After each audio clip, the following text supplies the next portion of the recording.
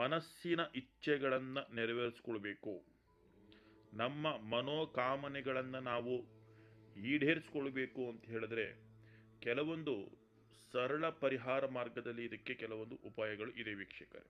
ಅಂದರೆ ನಾವು ಇಷ್ಟಪಟ್ಟಂತಹವರನ್ನು ಒಂದು ಸುಲಭವಾಗಿ ನಾವು ನಮ್ಮ ಬಳಿ ಒಂದು ಒಲಿಸಿಕೊಳ್ಳುವಂತಹ ಒಂದು ಸರಳವಾದಂತಹ ತಂತ್ರ ಇದಾಗಿದೆ. ನೀವೇನಂತ ಒಂದು ದೊಡ್ಡ ಕಷ್ಟಕರವಾದಂತಹ ಕೆಲಸ ಅಲ್ಲ ಇದು, ತ್ರಾಸ ಮಾಡ್ಕೊಳ್ಳುವಂತಹ ವಿಚಾರನೂ ಅಲ್ಲ ಇದು.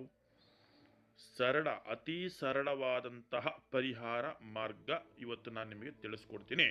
ನೀವು ಇಷ್ಟಪಟ್ಟಂತಹವರನ್ನು ನಿಮ್ಮ ಬಳಿ ಬರಮಾಡ್ಕೊಳ್ಳಿಕ್ಕೆ ವೀಕ್ಷಕರೇ. ನೋಡಿ, ಈ ಒಂದು ತಂತ್ರವನ್ನು ನೀವು ದಯವಿಟ್ಟು ನಾನು ನಿಮಗೆ ವಿನಂತಿಯನ್ನು ಮಾಡ್ಕೊಳ್ತೀನಿ, ಕೆಟ್ಟ ಒಂದು ಪ್ರಯೋಗಗಳಿಗೆ ಮಾಡಲಿಕ್ಕೆ ಹೋಗಬೇಡಿ. ಮೊದಲನೇದಾಗಿ ಆಯಿತಾ, ನೀವು ಇಷ್ಟಪಟ್ಟಂತಹ ವ್ಯಕ್ತಿ ನಿಮ್ಮಿಂದ ಏನಾದರೂ ದೂರ ಆಗಿದ್ದರೆ, ನಿಮ್ಮದು ನಿಜವಾದಂತಹ ಪ್ರೀತಿ ಆಗಿದ್ದರೆ ಮಾತ್ರ ನೀವು ಈ ಕೆಲಸವನ್ನು ನೀವು ಮಾಡಿ ವೀಕ್ಷಕರೇ. ಮತ್ತು ದಾಂಪತ್ಯದಲ್ಲೂ ಕೂಡ ಆಗಿರ್ಬೋದು, ಕಲಹಗಳಾಗಿರ್ಬೋದು, ಗಂಡ ಹೆಂಡತಿ ನಡುವೆ ವೈಮನಸ್ಯಗಳು ಬಂದು ಒಟ್ಟು ಗಂಡ ಒಂದು ಕಡೆ ಹೆಂಡತಿ ಒಂದು ಕಡೆ ಆಗಿ ಆ ಥರ ಏನಾದರೂ ಒಂದು ಪರಿಸ್ಥಿತಿ ಇದ್ದರೆ ಅವರು ಕೂಡ ಈ ಒಂದು ಕೆಲಸವನ್ನು ಒಂದು ಮಾಡ್ಬೋದು ವೀಕ್ಷಕರೇ. ನೋಡಿ, ಹಾಗಾದರೆ ಬನ್ನಿ, ಏನು ಈ ತಂತ್ರ ಅನ್ನೋದನ್ನು ನಾನು ನಿಮಗೆ ಸರಳವಾಗಿ ನಾನು ನಿಮಗೆ ತಿಳಿಸ್ಕೊಡ್ತೀನಿ. ನೋಡಿ, ಒಂದು ಲವಂಗವನ್ನು ತೆಗೆದುಕೊಳ್ಳಿ. ಪ್ರತಿಯೊಬ್ಬರ ಮನೆಯಲ್ಲೂ ಕೂಡ ಈ ಒಂದು ವಸ್ತು ಇದ್ದೇ ಇರ್ತದೆ.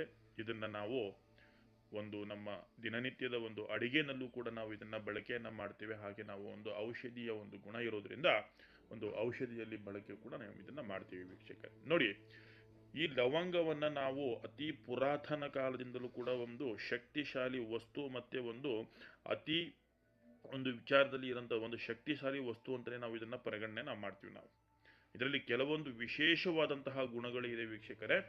ಈ ಒಂದು ಲವಂಗವನ್ನು ನೀವು ಬೆಳಗಿನ ಜಾವ ನೀವು ಎದ್ದ ತಕ್ಷಣವೇ, ನೀವು ಬೆಳಗಿನ ಜಾವ ನಿಮ್ಮ ನಿತ್ಯ ಕರ್ಮಗಳನ್ನು ನೀವು ಮುಗಿಸ್ಕೊಂಡು ನೀವು ನಿಮ್ಮ ಒಂದು ಯಾವುದಾದ್ರೂ ಒಂದು ಸಪ್ರೇಟ್ ಒಂದು ಕೋಣೆ ಇದ್ದರೆ, ಅಂದರೆ ರೂಮ್, ನಿಮ್ಮ ಒಂದು ಯಾವುದಾದ್ರೂ ಒಂದು ಕೋಣೆಯಲ್ಲಿ ನೀವು ಕುಳಿತುಕೊಳ್ಳಿ ವೀಕ್ಷಕರೇ.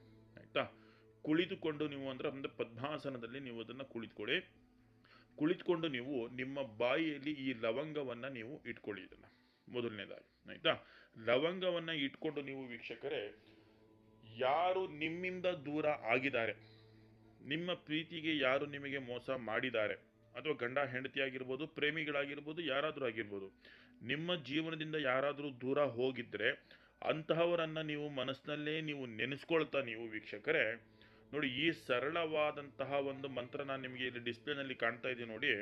ಈ ಸರಳವಾದ ಒಂದು ಮಂತ್ರವನ್ನು ಒಂದು 27 ಬಾರಿ ನೀವು ಇದನ್ನು ಉಚ್ಚಾರಣೆಯನ್ನು ಮಾಡಿ. ನೀವು ಉಚ್ಚಾರಣೆ ಮಾಡಬೇಕಾದ್ರೆ ನಿಮ್ಮ ಬಾಯಿ ಅಂದರೆ ನಾಲಿಗೆಯ ಮೇಲೆ ನೀವು ಲವಂಗವನ್ನು ಇಟ್ಕೊಂಡು ಈ ಕೆಲಸವನ್ನು ಮಾಡಬೇಕಾಗ್ತದೆ. ನೋಡಿ, ಆ ಸರಳವಾದಂತಹ ಮಂತ್ರ ಕ್ಲೀಂ ಬ್ರೀಂ ಮನ ಇಚ್ಛಾ ಪಟ್ ಸ್ವಾಹ. ಇಷ್ಟೇ ಈ ಸರಳವಾದಂತಹ ಒಂದು ಮಂತ್ರ ವೀಕ್ಷಕರೇ.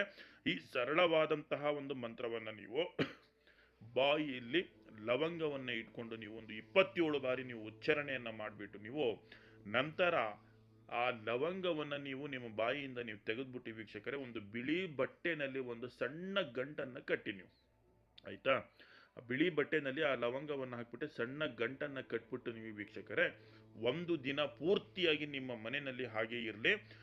ಬೇಕಾದರೆ ನೀವು ರಾತ್ರಿ ಹೊತ್ತು ಮಲಗಬೇಕಾದ್ರೆ ನೀವು ಆ ಲವಂಗ ಕಟ್ಟಿರುವಂತಹ ಗಂಟನ್ನು ಬೇಕಾದ್ರೆ ನಿಮ್ಮ ತಲೆ ದಿಂಬಿನ ಅಡಿಯಲ್ಲಿ ಇಟ್ಕೊಂಡು ನೀವು ಮಲಗಿ ವೀಕ್ಷಕರೇ.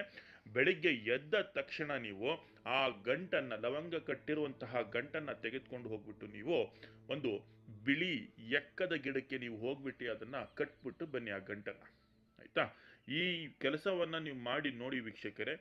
ನೀವು ಇಷ್ಟಪಟ್ಟಂತಹವರು ಅವರು ಎಲ್ಲೇ ಇರಲಿ, ಎಷ್ಟೇ ದೂರದಲ್ಲೇ ಇರಲಿ, ಎಷ್ಟೇ ಒಂದು ಮನಸ್ತಾಪಗಳು ವೈಮನಸ್ಯಗಳು ಮಾಡಿಕೊಂಡು ನಿಮ್ಮಿಂದ ದೂರ ಆಗಿದ್ರು ಕೂಡ ಅವರು ಕ್ಷಣಾರ್ಧದಲ್ಲಿ ನಿಮ್ಮ ಕಡೆ ಬರ್ತಾರೆ ವೀಕ್ಷಕರೇ. ನೀವು ಈ ಒಂದು ಸರಳ ತಂತ್ರವನ್ನು ಮಾಡಿ ನಿಮ್ಮ ಒಂದು ಪ್ರೀತಿಯನ್ನು ಉಳಿಸ್ಕೊಳ್ಳಿ ಅಂತ ನಾನು ನಿಮ್ಮನ್ನು ವೀಕ್ಷಣೆ ಕೇಳ್ಕೊಳ್ತೀನಿ ವೀಕ್ಷಕರೇ. ನೀವಿನ್ನೂ ನಮ್ಮ ಚಾನಲ್ಗೆ ನೀವು ಸಬ್ಸ್ಕ್ರೈಬ್ ಆಗಿಲ್ಲ ಅಂತ ಹೇಳಿದ್ರೆ ಈ ಕೂಡಲೇ ಸಬ್ಸ್ಕ್ರೈಬ್ ಆಗಿ ನಿಮ್ಮ ಸ್ನೇಹಿತರಿಗೂ ಕೂಡ ಈ ವಿಡಿಯೋವನ್ನು ಶೇರ್ ಮಾಡಿ, ಹಂಚಿಕೆ ಮಾಡಿ ವೀಕ್ಷಕರೇ. ನಮಸ್ಕಾರ, ಧನ್ಯವಾದಗಳು.